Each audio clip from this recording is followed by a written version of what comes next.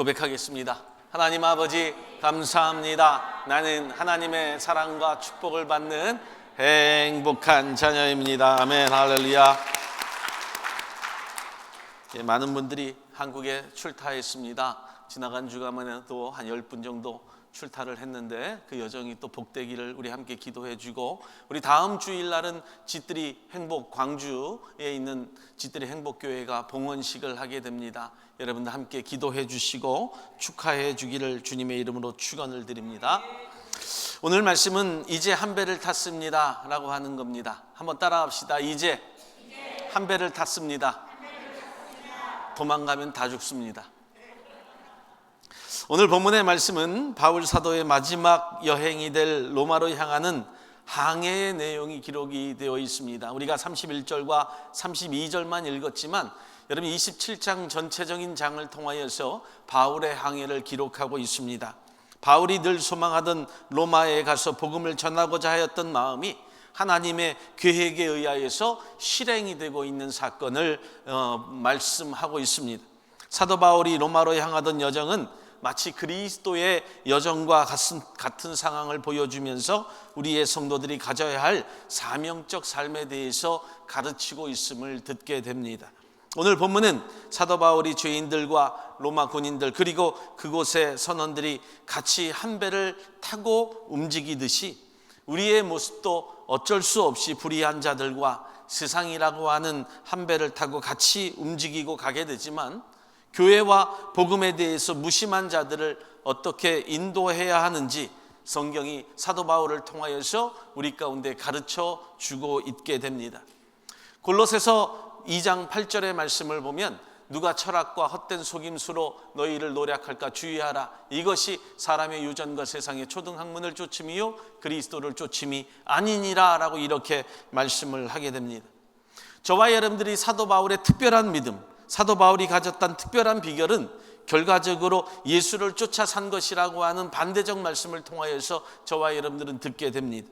예수를 쫓아 사는 사도 바울의 특별한 삶이 무엇이었는지, 죽음 가운데도 건져주신 하나님의 은혜와 섭리는 무엇이었는지 오늘 성경을 통해서 저와 여러분들 한 배를 계속해서 타고 가기를 예수의 이름으로 축복합니다. 첫째로 한 배를 타고 가기 위해서는 목회자의 영적 통찰력을 여러분들이 믿어 주어야 합니다. 우리는 사도 바울이 전혀 바다에 대해서 경험이 없을 것이라고 그렇게 생각하고 배워왔습니다. 하지만 사도행전 27장 9절로 10절의 말씀을 보면 사도 바울은 이렇게 이야기합니다. 그 금식하는 절기가 지났다라고 이렇게 이야기하고 생각하고 말했던 이유는 그 시기가 지중해에서 강한 바람이 불어오는 계절임을 알고 있었다는 겁니다. 즉 강한 바람이 불 때라고 하는 것을 이미 그는 알고 계획하고 있었습니다. 그 이유가 사도 바울은 이미 3차례의 전도 여행을 통해서 항해 중 사도 바울이 파선을 당한 경험이 있었기 때문입니다. 고린도후서 11장 25절의 말씀을 보면 3번이나 태장으로 맞고 1번 돌로 맞고 3번 파선하고 일주야를 깊은 바다에서 지냈다라고 하는 경험을 사도 바울이 고백했던 것을 저와 여러분들은 듣게 됩니다.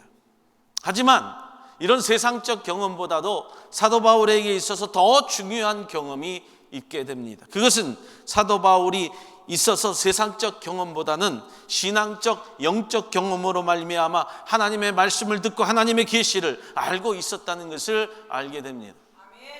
그 이유가 사도 바울이 말할 때에 항해를 계속한다면 화물과 배뿐만 아니라 생명까지도 위험할 것이라고 하는 사실을 구체적으로 입증해 보였기 때문이라고 하는 겁니다. 10절의 말씀 우리가 읽지 않았지만 27장 10절의 말씀을 보면 이렇게 말하지요. 여러분이여 내가 보니 이번 행선이 화물과 배뿐만 아니라 우리의 생명에도 타격과 많은 손해가 있을 것입니다 라고 이렇게 이야기를 합니다.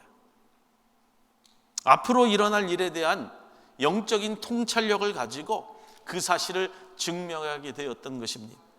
또 그 위험 속에서 나중에 하나님의 사자가 나타나고 바울을 안심시키는 것을 보게 되면 사도 바울에게 있어서 하나님께서 주신 영적인 감각과 능력을 통하여서 앞으로의 미래 되어질 일을 보게 하신 것입니다. 즉 우리가 예수를 위하여 살 때, 예수를 따라 살 때 영적인 경험은 저와 여러분들이 앞으로 일어날 미래에 대한 정확한 통찰력을 가지고 미래를 예측할 수 있는 자가 될 수 있다는 겁니다. 그래서 우리는 세상에 무리 속에 살지만 생명이 위협받는 것처럼 느껴져도 예수 그리스도가 우리의 머리가 되시고 교회의 특별한 존재가 되어주셔서 하나님의 거룩한 공동체 교회라고 하는 배 안에서 성령의 인도함을 받고 평안함을 누리며 살아갈 수 있도록 만들어 주신 그 은혜에 대해서 감사해야 된다는 거예요. 그리고 저와 여러분들을 이끌어가는 목회자의 영적인 통찰력을 통하여서 함께 따라가는 귀한 자들이 되어야 합니다. 믿으십니까? 이 사실이 저와 여러분들 가운데 분명한 사실로 고백이 되어져야 된다는 거예요. 그런데 반대로 세상적인 지식과 경험만으로는 여러분들의 재산뿐만 아니라 생명도 지켜주지 못합니다. 그 이유가 바로 선장의 지식과 선주의 이익과 그리고 죄인들의 무관심에서 일어나는 욕망 때문이었다는 것을 저와 여러분들 깨달아야 된다는 거예요. 사도 바울이 분명한 경고를 했음에도 불구하고 사도 바울이 미래에 일어날 영적인 통찰력을 가지고 그들을 막고 서 있음에도 불구하고 11절의 말씀을 보니까 백부장이 선장과 선주의 말을 바울의 말보다 더 믿었더라라고 그렇게 이야기하고 있다는 거예요. 세상은 힘에 의하여서 지식과 이익에 의하여서 움직이지만 저와 여러분들은 세상의 힘과 이익에 의하여서 움직이는 자들이 아니라 생명을 결정지어야 하는 중요한 하나님의 말씀에 따라 움직이는 자들이 되어야 된다는 거예요. 중요한 사람이 있었어요. 백부장이라고 하는 율리요, 여러 가지 상황을 종합해보고 항해를 결정해야 될 사람이었음에도 불구하고 여러분 한쪽으로 치우쳐서 배 안에 있는 모든 사람들을 위협하게 만들었다는 사실을 분명히 보아야 된다는 거예요. 사도행전 27장 37절의 말씀을 보면 그 배 안에는 모두 276명의 적지 않은 사람들이 타고 있었습니다. 한 사람의 잘못된 결정 때문에 배가 위험에 빠지게 됩니다. 하지만 그때 여러분 또 어려움이 생겼을 때 영적인 경험이 있었던 또 단 한 사람으로 인하여서 그 배가 위험에서 벗어났던 것을 저와 여러분들 반드시 보아야 된다는 거예요. 로마서 5장 12절의 말씀을 보면 곧 한 사람의 범죄를 인하여 많은 사람이 죽었은즉 더욱 하나님의 은혜와 또는 한 사람 예수 그리스도의 은혜로 말미암은 선물이 많은 사람에게 넘쳤느니라 라고 하는 말씀. 할렐루야. 우리도 육신으로 이 땅에 한 사람의 죄가 들어왔어요. 그래서 모든 이들이 죽게 되었지만 다시 그 한 사람 예수 그리스도로 말미암아 그가 위대한 영적 경달을 통하여서 저와 여러분들이 다시 살아나게 되었다는 거예요. 한 사람의 영적 통찰력이 여러분 얼마나 중요한지를 교회와 성도들 가운데 말씀해 주는 거예요. 그래서 예수를 믿고 교회를 다니는 것이 여러분 영적인 지도자들이 여러분들을 알아주고 여러분들을 봐주고 나를 인정해 주기를 바라는 마음이 아니어야 돼요. 백부장 선주와 선원들처럼 내가 교회를 다니면서 내가 어떤 이익을 얻기 위하여 되어서는 결코 안 된다는 거예요. 그건 신앙의 실패입니다. 그리고 파산하는 배처럼 흔들리게 됩니다. 지금의 시대 우리의 영이 죽고 사느냐는 문제가 마지막 때임을 저와 여러분들 알아야죠. 이 시대를 구분할 줄 알고 영적인 통찰력을 가지고 마지막 때에 살아남는 자들이 되어야지. 목회자는 성도는 시대를 볼 줄 아는 영적인 통찰력이 있어야 돼요. 그 영적인 통찰력이 있어야 바로 서는 자들이 된다는 거예요. 십자가 안에 숨겨진 놀라운 축복과 은혜를 바라보는 자들이 되어야지.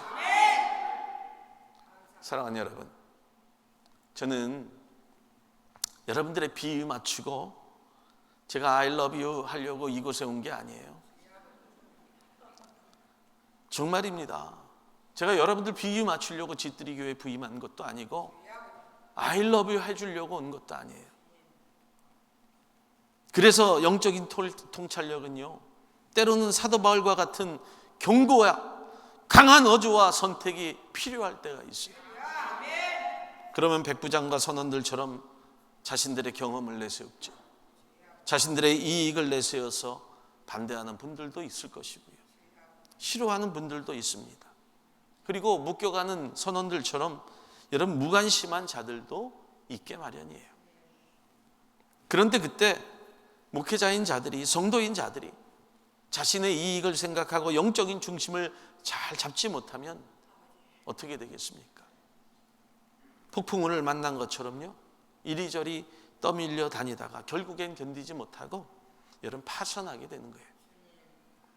제가 또 우리 사랑하는 성도들 영적인 통찰력을 가지고 바른 결정을 할 때에 저뿐만 아니라 우리 사랑하는 교회와 성도들이 다시 살아난다는 사실을 명심하시고 기도하는 자들 되기를 예수의 이름으로 축원합니다. 두 번째로요, 성도의 영적인 순종이 반드시 교회 안에 있어야 돼요. 그래서 성도들은 시대가 어려우면 어려울수록 더욱 교회와 신앙의 지도를 잘 받는 자들이 되어야 합니다. 믿음의 굳건함으로 세워지는 자들이 되라는 거예요. 보세요. 사도 바울이 보는 관점과 사람들이 보는 관점은 현저히 달랐습니다. 사람들은 지금 눈앞에 빨리 곡식을 팔아야 되겠다고 하는 그 생각을 하게 됨으로 인하여서 무리하게 배를 움직이려고 했지만, 바울은 이익을 생각하지 아니하고 생명의 소중함을 생각했다는 거예요. 하나님의 교회 안에서 성도의 생명은 소중합니다. 하나님께서 여러분들을 통하여서 우리가 세상 사람들과 다르게 살아갈 수 있도록 만들어주신 이유가 바로 하나님의 거룩한 생명이 여러분들 가운데 있기 때문이라고 하는 거예요.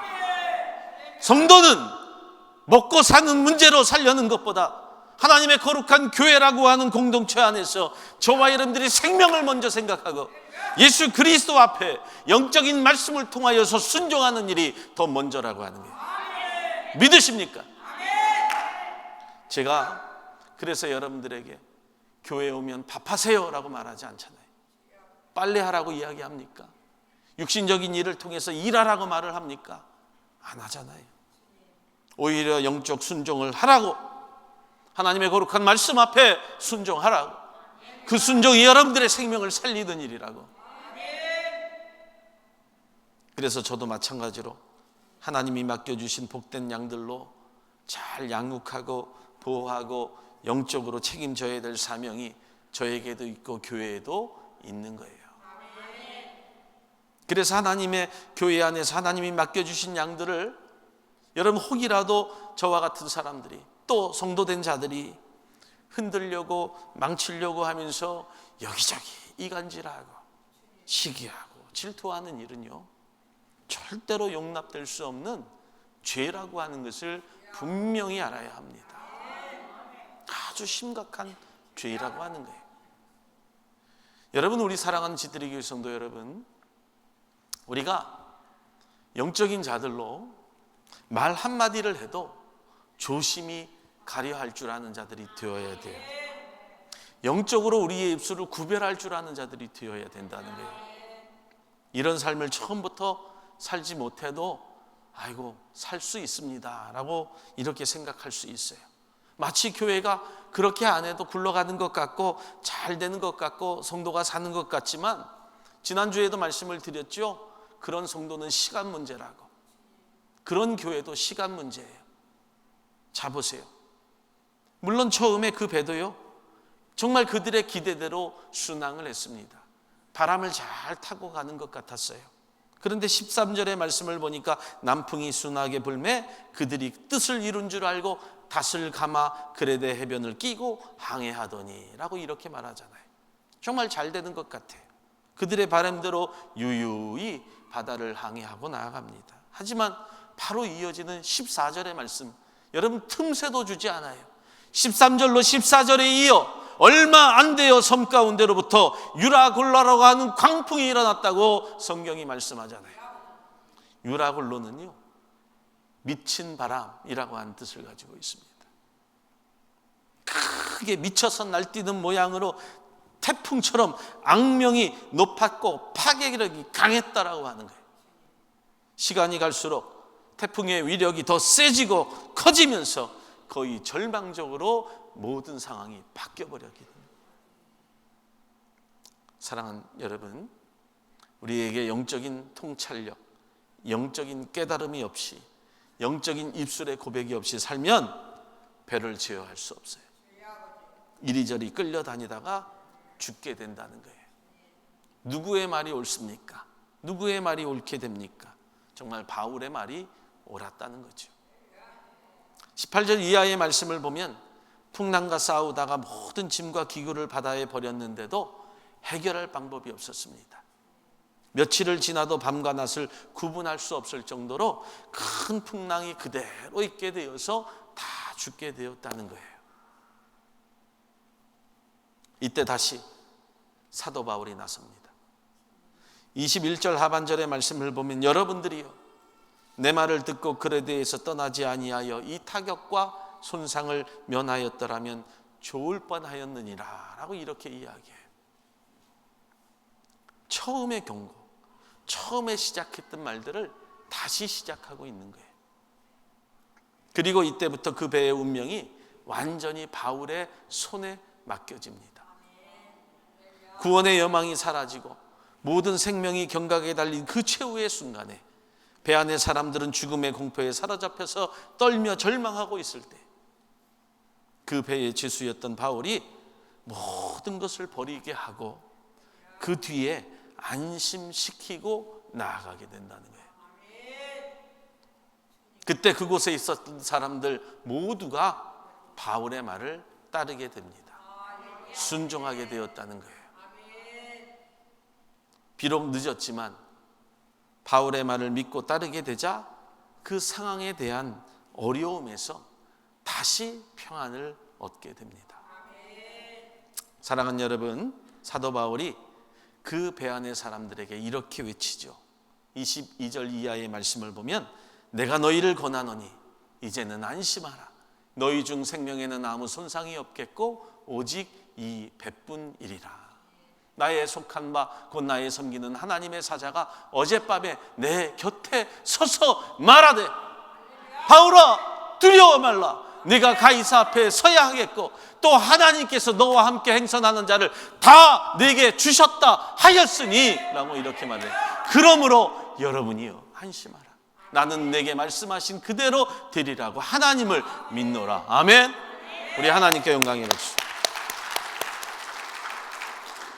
이렇게 선포하고 고백하면서요 풍랑 속에서도 배 안의 사람들에게 하나님의 이름과 약속을 선포하고 그들을 안심시킨다는 거예요. 물론 처음부터 백부장 율리오와 선장이 바울의 권면을 들었다고 한다면 이런 일을 겪지 않을 수도 있었습니다. 사랑하는 여러분, 교회 앞에 영적으로 순종하는 성도가 반드시 되십시오. 우리 집들이 가족 여러분, 사람들은 영적 통찰력을 가진 사도 바울의 말에 귀를 기울이지 않았던 것처럼 때로는 오히려 세상의 말과 소문을 더 믿는 사람들이 있습니다. 아무리 진실을 말해도 믿지 못합니다. 아무리 자신의 몸을, 가슴을 탁 열어서 보여주고 싶은데 안 믿는 사람들이 굉장히 많다는 거예요.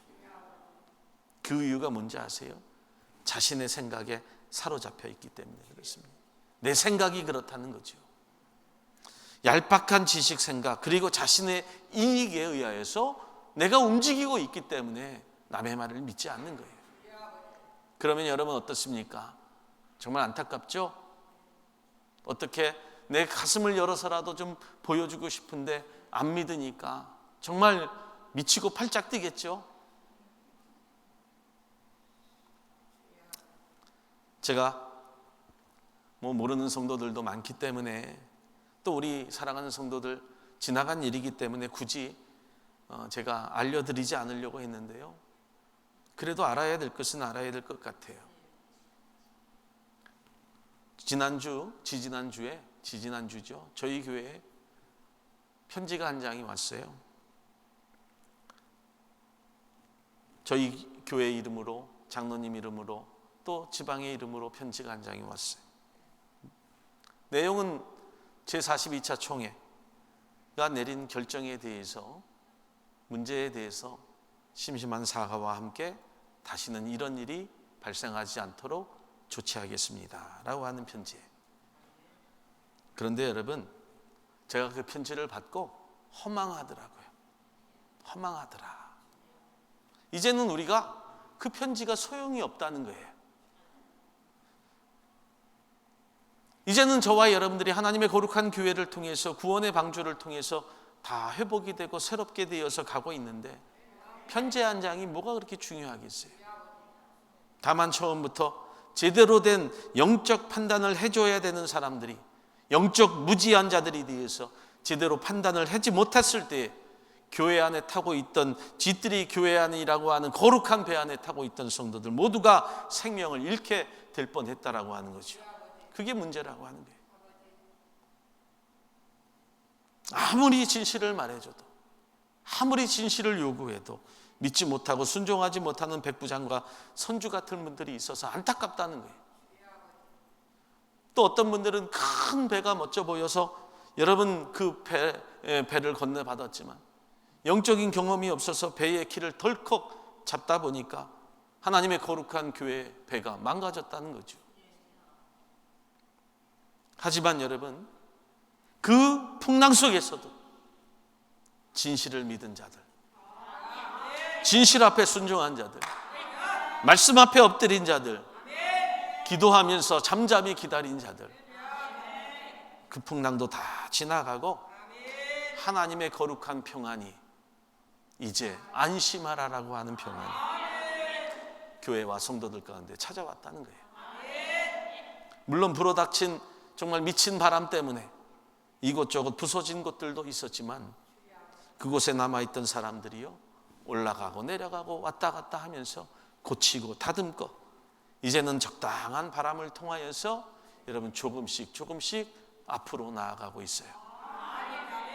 그리고 교회 안의 성도들이 영적 경험을 통하여서 어떤 미친 바람이 불어온다 할지라도 저와 여러분들이 어떻게 영적인 통찰력을 가져야 할지를 배웠고, 그리고 우리는 이렇게 고백하죠. 하나님이 다 지켜주셨습니다. 아멘. 할렐루야. 우리 하나님께 영광을. 사랑하는 지뜨리 가족 여러분, 세상에는 전문가도 필요하고 그 분야에 성공한 사람들도 필요하고 교회 안에도 해박한 지식이 있는 자들 조언을 들을 수 있겠지만, 교회라고 하는 하나님의 거룩한 공동체는 성공하고 해박한 지식을 가진 자들이 움직이는 것이 결코 아닙니다. 저 배 밑에서 땀을 흘리고 일하고 노를 젓고 위험을 감수하면서 저 돛대까지 올라가고 멀리 바라볼 줄 아는 자들이 있기 때문에, 그리고 하나님의 말씀 앞에 순종하면서 말씀에 따라서 키를 움직이는 자가 있기 때문에 여러분, 하나님의 거룩한 교회가 움직이는 거예요. 영적인 분별력을 가진 성도들 되시기를 주님의 이름으로 축복합니다. 그래서 세 번째로, 이제는 우리 사랑하는 쥐뜨리 교회가 영적인 배가 되어서 세상의 희망과 생명이 되어야 합니다. 아멘. 24절의 말씀을 보니까 하나님께서 너와 함께 항해하는 자를 다 내게 주셨다라고 이렇게 말씀을 하죠. 우리에게 모두 맡기겠다는 겁니다.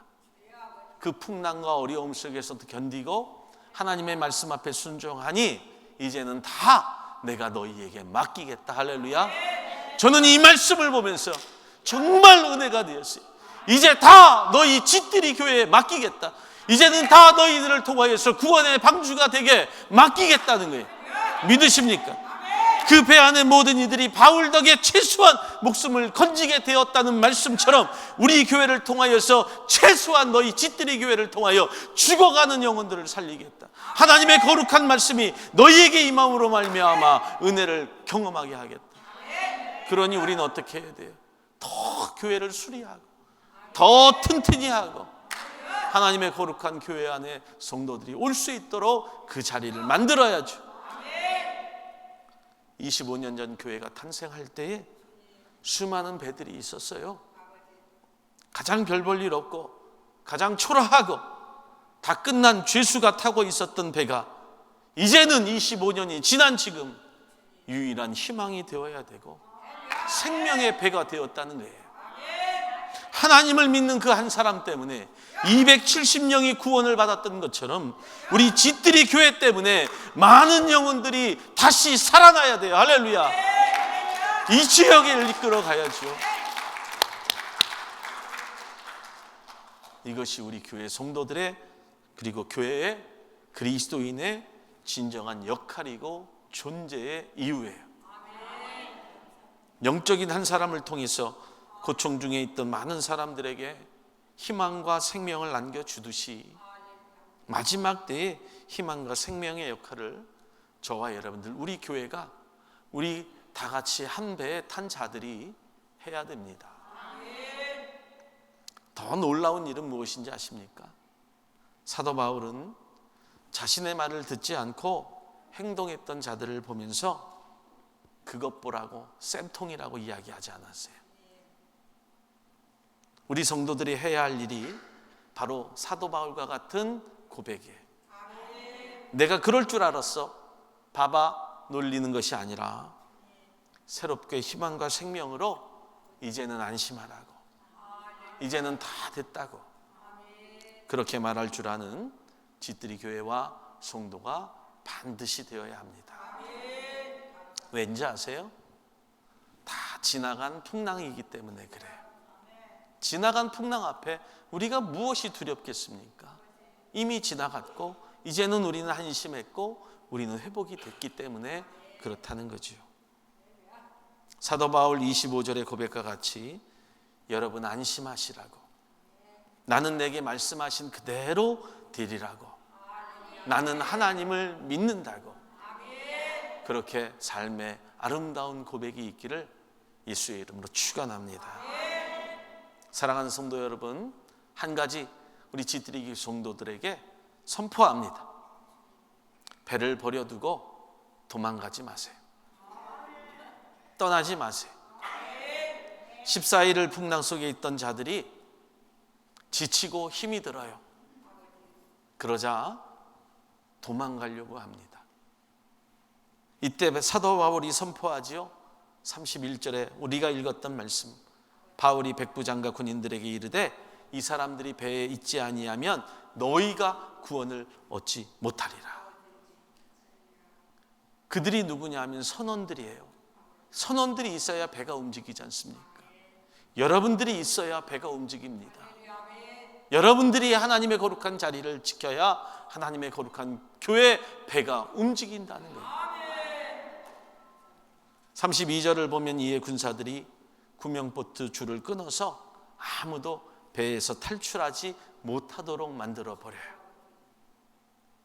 사랑하는 여러분, 이제는 저와 여러분들이 죽어도 같이 죽고 살아도 같이 살아야 됩니다. 세상의 것 다 끊어버렸어요.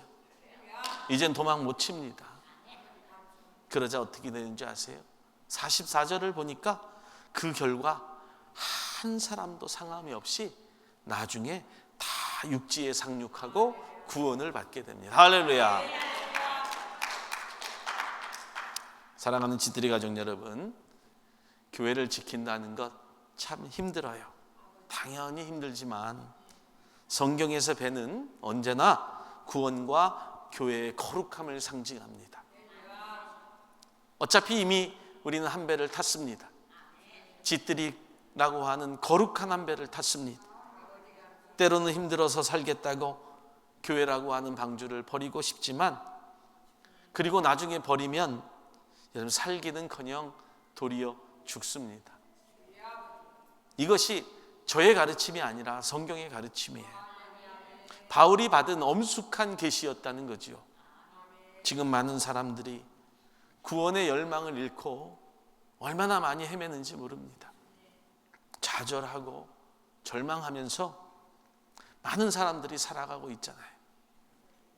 배가 완전히 파산하는 게 아닌가 싶어서 때로는 교회라고 하는 거룩한 구원의 방주를 앞다투어 떠나려고 하는 사람들도 있습니다. 하지만 저와 여러분들, 저와 함께 우리 사랑하는 성도들과 함께 영적인 통찰력을 가지고 이제 안심하십시오. 선포함을 듣고 끝까지 배를 통하여서 생명을 지키고 구원받는 자들 되기를 예수의 이름으로 축원합니다. 우리는 25절의 고백이 우리 가운데 다시 한번 있기를 원하는데요, 한번 고백해 보겠습니다. 25절, 나는 내게 말씀하신 그대로 되리라고 하나님을 믿노라. 아멘.